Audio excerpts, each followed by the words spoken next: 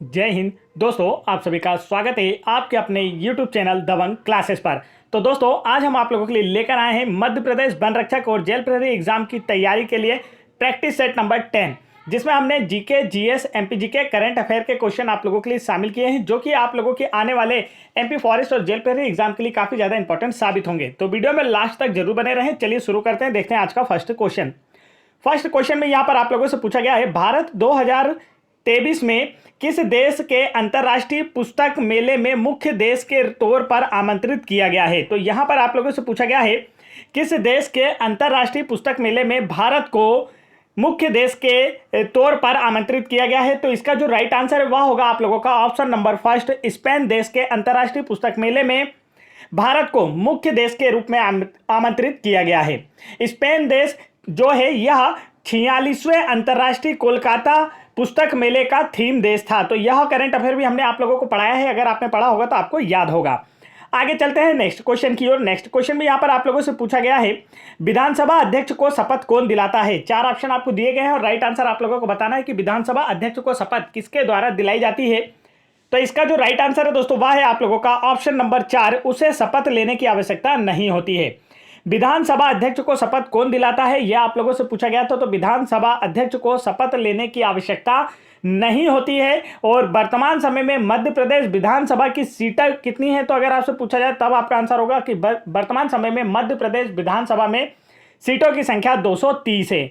आगे चलते हैं नेक्स्ट क्वेश्चन की ओर। नेक्स्ट क्वेश्चन में देखते हैं आप लोगों से क्या पूछा जा रहा है। तो यहां पर आप लोगों से पूछा गया है, राज्य के नीति निदेशक सिद्धांत एक चेक है जो बैंक की सुविधा अनुसार जारी किया जा सकता है, यह किसने कहा था। तो इसका राइट आंसर आप लोगों को बताना है कि राज्य के नीति निर्देशक सिद्धांतों को एक चेक के रूप में किसने कहा था। तो इसका जो राइट आंसर है वह है आप लोगों का ऑप्शन नंबर 3, केटी शाह।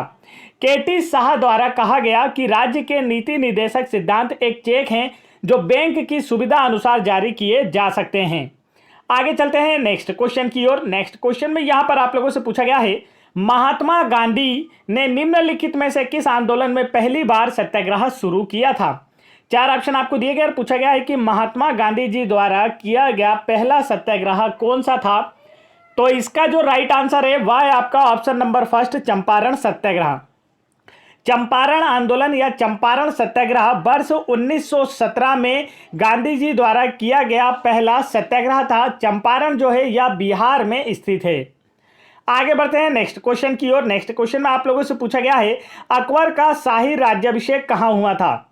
तो इसका राइट आंसर आप लोगों को बताना है। करेक्ट आंसर होगा ऑप्शन नंबर सेकंड, कलानौर में। अकबर का जन्म जो है 15 अक्टूबर 1542 को हुआ था।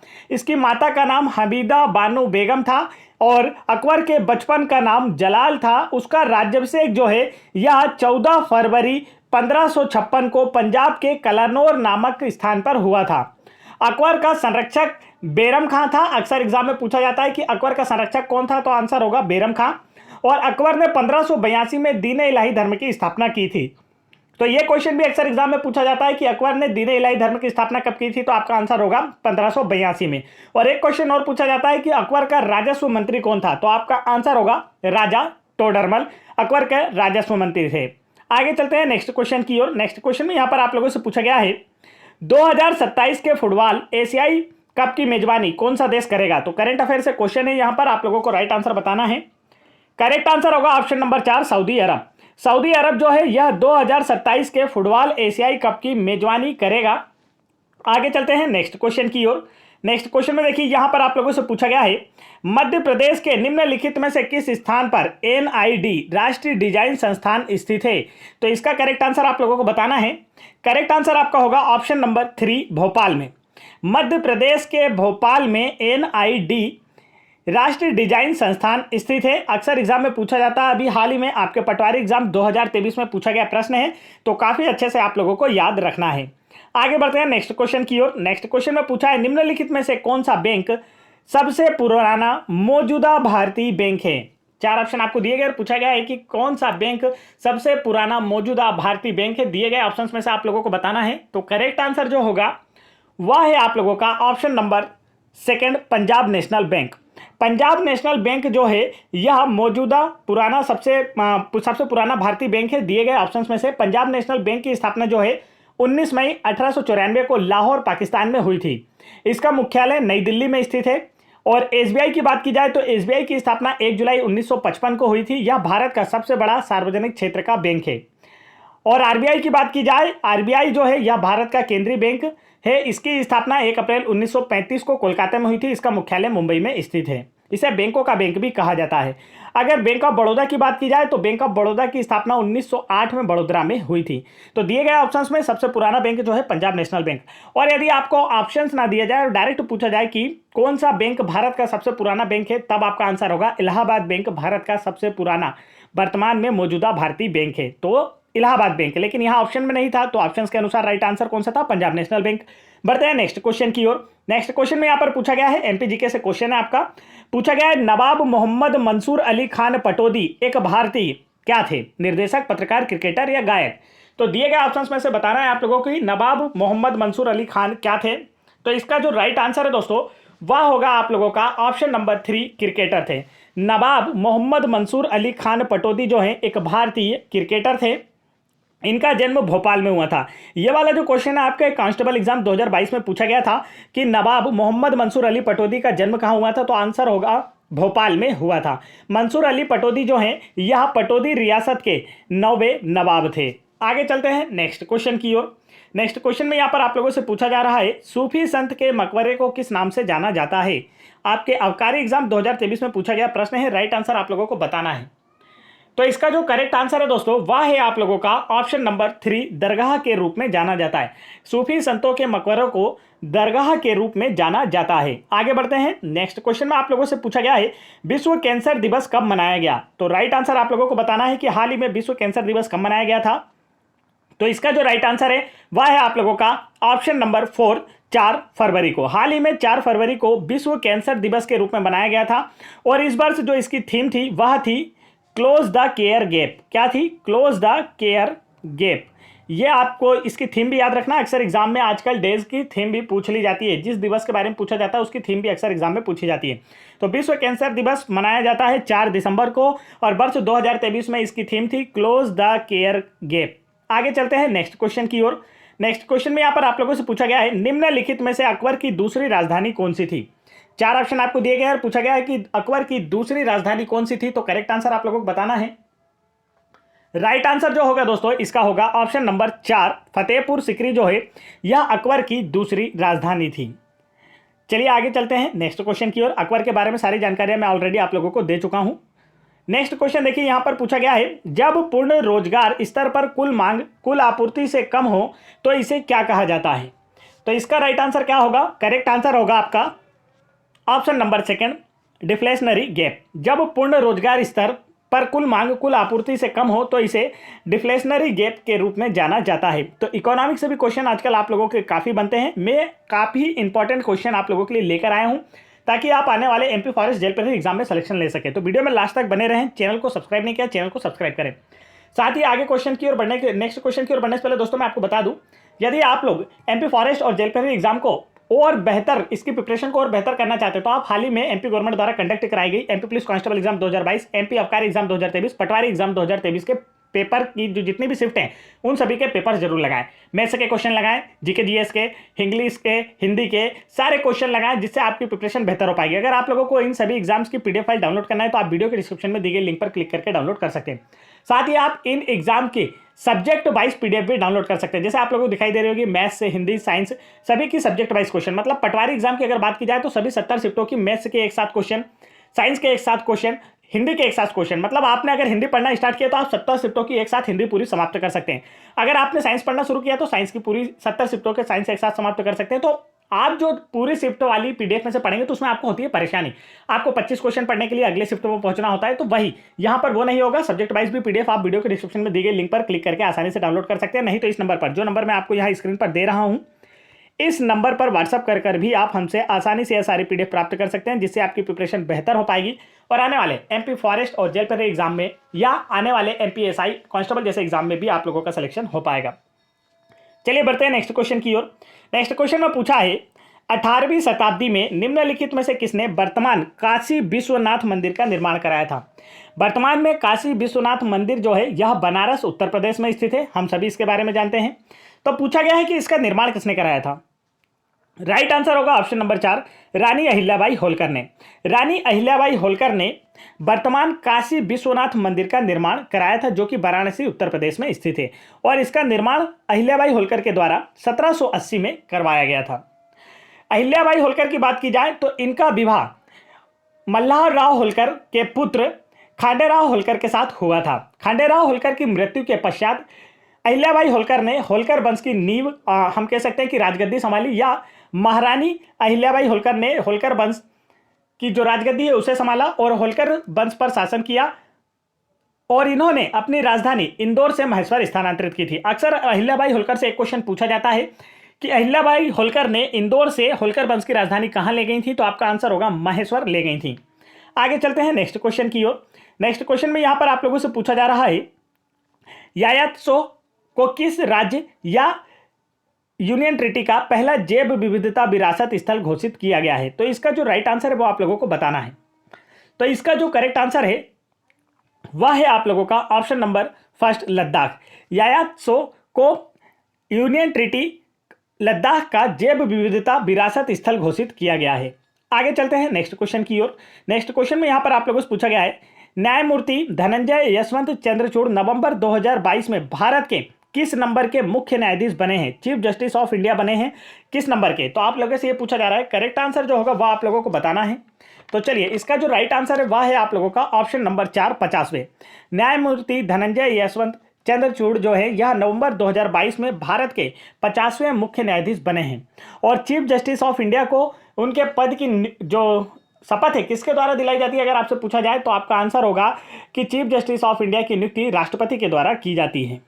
आगे बढ़ते हैं नेक्स्ट क्वेश्चन की ओर। नेक्स्ट क्वेश्चन में आप लोगों से पूछा गया है, 1966 से 1969 की अवधि को किस रूप में जाना जाता है? आप लोगों से ये पूछा जा रहा है।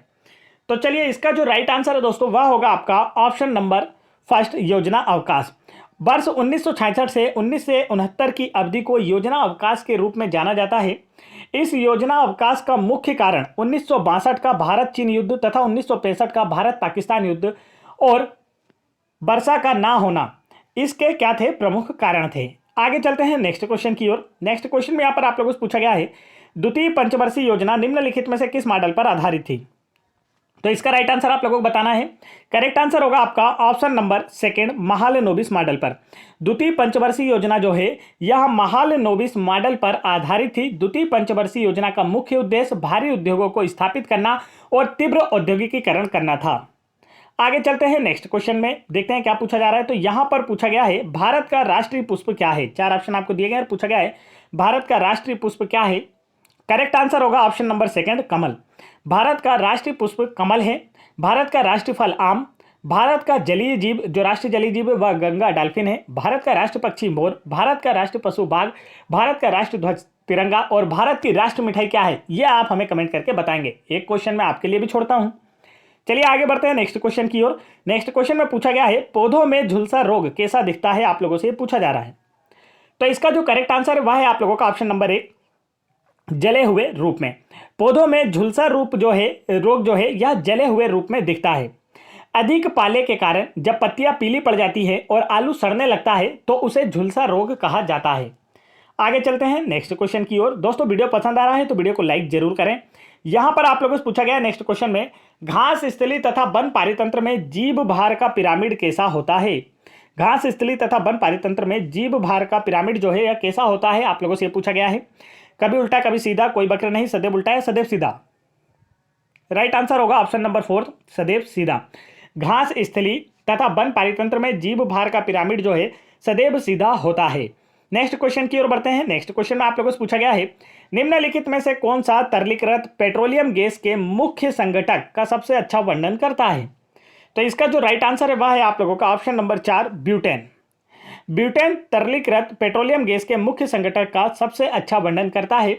ब्यूटेन का उपयोग सिगरेट लाइटर में किया जाता है। अक्सर एग्जाम में पूछ लिया जाता है कि सिगरेट लाइटर में किस गैस का उपयोग किया जाता है, तब आपका आंसर होगा ब्यूटेन गैस का उपयोग किया जाता है, जिसका फार्मूला होता है C4H10। आगे बढ़ते हैं नेक्स्ट क्वेश्चन की ओर। नेक्स्ट क्वेश्चन में यहाँ पर पूछा गया है गन्ने में लाल सड़न रोग का कारण निम्न में से कौन सा है। चार ऑप्शन आपको दिए गए, पूछा गया गन्ने में लाल सड़न रोग का कारण निम्न में से कौन सा है। करेक्ट आंसर होगा ऑप्शन नंबर फर्स्ट, फंगल संक्रमण। गन्ने में लाल सड़न रोग का जो मुख्य कारण है वह फंगल संक्रमण या कवक संक्रमण है। आगे चलते हैं नेक्स्ट क्वेश्चन की ओर। नेक्स्ट क्वेश्चन में यहाँ पर पूछा गया है निम्नलिखित में से किस पदार्थ से पेंसिल लेड बनता है। चार ऑप्शन आपको दिए गए, पूछा गया इनमें से किस पदार्थ से पेंसिल लेड बनता है। तो करेक्ट आंसर होगा ऑप्शन नंबर फर्स्ट, ग्रेफाइट से पेंसिल लेड बनता है। ग्रेफाइट कार्बन का एक अपरूप है, यह एकमात्र धातु है जो विद्युत का सुचालक है। आगे चलते हैं नेक्स्ट क्वेश्चन की ओर। नेक्स्ट क्वेश्चन में यहाँ पर आप लोगों से पूछा गया है केंद्रीय मृदा संरक्षण बोर्ड की स्थापना कब की गई। चार ऑप्शन आपको दिए गए और पूछा गया है केंद्रीय मृदा संरक्षण बोर्ड की स्थापना कब की गई थी। तो इसका जो राइट आंसर है दोस्तों वह होगा आपका ऑप्शन नंबर फर्स्ट, वर्ष 1953 में केंद्रीय मृदा संरक्षण बोर्ड की स्थापना की गई थी और इसका मुख्यालय नागपुर में है। इसका मुख्य उद्देश्य मृदा अपरदन को रोकना और मिट्टी के संरक्षण को बढ़ावा देना है। नेक्स्ट क्वेश्चन की ओर बढ़ते हैं। नेक्स्ट क्वेश्चन में यहाँ पर आप लोगों से पूछा गया है खालिस्तान वह व्यवस्था है जिसमें एक फूल की कली में बाह्यदल या पंखुड़ियां व्यवस्थित की जाती है। तो इसका राइट आंसर क्या होगा ये आपको बताना है। करेक्ट आंसर होगा आपका ऑप्शन नंबर सेकंड, पुष्पदल विन्यास। पुष्पदल विन्यास वह व्यवस्था है जिसमें एक फूल की कली में बाह्यदल या पंखुड़ियां व्यवस्थित की जाती है। आगे चलते हैं नेक्स्ट क्वेश्चन की ओर। नेक्स्ट क्वेश्चन में यहाँ पर आप लोगों से पूछा जा रहा है एरोबिक श्वसन में ग्लूकोज के 1 ग्राम अणु में कितना एटीपी होता है। राइट आंसर होगा 38 एटीपी। एरोबिक श्वसन में ग्लूकोज के 1 ग्राम अणु में 38 एटीपी होता है। नेक्स्ट क्वेश्चन की ओर बढ़ते हैं। नेक्स्ट क्वेश्चन में यहाँ पर आप लोगों से पूछा गया है निम्नलिखित में से कौन सी गैस बायोगैस से नहीं बनती है। तो करेक्ट आंसर आप लोगों को बताना है। करेक्ट आंसर होगा option number second, sulphur dioxide gas जो है यह बायोगैस से नहीं बनती है। सल्फर डाइऑक्साइड का जो फार्मूला होता है वह SA2 होता है। यह गंधयुक्त तीक्ष्ण विषैली रंगहीन गैस है जो औद्योगिक क्रियाओं और मोटर वाहनों से निकलती है। आगे बढ़ते हैं नेक्स्ट क्वेश्चन की ओर। नेक्स्ट क्वेश्चन में यहाँ पर आप लोगों से पूछा जा रहा है कौन सा ईंधन शैवाल कार्बोहाइड्रेट सामग्री से बनाया जा सकता है। चार ऑप्शन आपको दिए गए हैं, हाइड्रोजन गैस, कोयला, बुटानॉल या LPG। इनमें से कौन सा ईंधन है जो शैवाल कार्बोहाइड्रेट से बनाया जा सकता है। तो इसका जो राइट आंसर है वह है आप लोगों का ऑप्शन नंबर 3, बुटानॉल। बुटानॉल जो है यह शैवाल कार्बोहाइड्रेट सामग्री से बनाया जा सकता है। इसे ब्यूटाइल एल्कोहल के नाम से भी जाना जाता है। जैविक रूप से उत्पादित बुटानॉल को बायोब्यूटानॉल के नाम से भी जाना जाता है। आगे चलते हैं नेक्स्ट क्वेश्चन की ओर। नेक्स्ट क्वेश्चन में यहाँ पर आप लोगों से पूछा गया है निम्नलिखित में से कौन सा लिंग संबंधी अप्रभावी रोग है। चार ऑप्शन आपको दिए गए और पूछा गया इनमें से कौन सा लिंग संबद्ध अप्रभावी रोग है। तो बताइए इसका राइट आंसर क्या होने वाला है। करेक्ट आंसर होगा आप लोगों का option number first, haemophilia. Haemophilia एक लिंग संबद्ध अप्रभावी रोग है। लिंग संबद्ध का मीन्स क्या होता है, एक आनुवांशिक रोग है। हीमोफीलिया जो है एक जन्मजात आनुवांशिक रोग है। इस रोग से ग्रसित व्यक्ति को चोट लगने पर रक्त का थक्का नहीं जमता है। यहां से एक क्वेश्चन और बन सकता है कि रक्त का थक्का जमने में कौन सा विटामिन सहायक होता है। तब आपका आंसर होगा रक्त का थक्का जमने में कौन सा विटामिन सहायक होता है। तो आपका आंसर होगा विटामिन के। और कौन सा प्रोटीन सहायक होता है, तो प्रोथ्रोम्बिन प्रोटीन सहायक होता है। विटामिन और प्रोटीन दोनों आपको याद रखना है, अक्सर एग्जाम में पूछे जाते हैं। तो ये थे दोस्तों आज के टॉप 30 क्वेश्चन जो कि हम आप लोगों के लिए लेकर आए थे। अब यहाँ पर हमने आप लोगों के लिए क्विज रखी है जिसका आंसर आप लोगों को हमें कमेंट करके बताना है। आज की क्विज है उच्च रक्तचाप वाले व्यक्ति को किसका सेवन कम करना चाहिए। दिए गए ऑप्शंस में से आप लोग हमें आंसर कमेंट करके बताएंगे। साथ ही यदि आप लोगों को यहाँ पर दिखाई गई जितनी भी PDF थी उनमें से कोई भी PDF सब्जेक्ट वाइज या सभी एग्जाम की सभी शिफ्टें की PDF डाउनलोड करना है तो आप दिए गए नंबर पर व्हाट्सअप करके हमसे आसानी से PDF प्राप्त कर सकते हैं, जिससे आपकी प्रिपरेशन बेहतर हो पाएगी और आने वाले एग्जाम में आप लोगों का भी सिलेक्शन हो पाएगा। जय हिंद दोस्तों।